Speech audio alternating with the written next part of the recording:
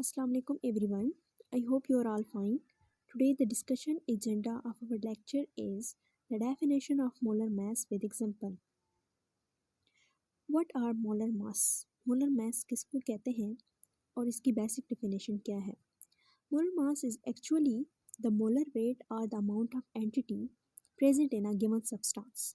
यानी कोई भी substance हमारे पास given है उसका molar weight या अमाउंट ऑफ एंटिटीज़ उसमें कितने नंबर ऑफ एंटिटीज़ प्रेजेंट हैं उसको हम लोग क्या कहते हैं मोलर मैस और the mass in gram of one mole of compound यानी मैस हो वो भी ग्राम्स में हो और वन मोल ऑफ कंपाउंड किसी भी कंपाउंड का जो कि वन मोल की इक्वल हो उसको हम लोग क्या कहते हैं molar mass of a substance means कि एक कंपाउंड का जो एक मोल होता है उसमें नंबर ऑफ मास जो होते हैं वो हम लोग ग्राम में कंसिडर करें तो उसको हम लोग क्या कहते हैं molar mass of a substance.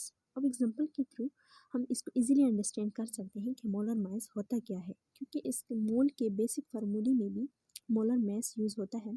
Mole is equal to the mass divided by the molar mass and that molar mass we actually count from that method. The molar mass of NaCl, for example, here we calculate the molar mass of NaCl. NaCl molar mass can be calculated as such as the Na consists of 23 entity and Cl composed of 35.5 entity.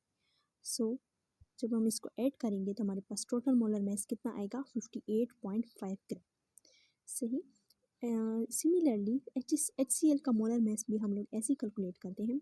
H compose करता है 1 और Cl compose of 35.5। सो जब हम इसको add करेंगे तो ये आएगा 36.5 ग्राम।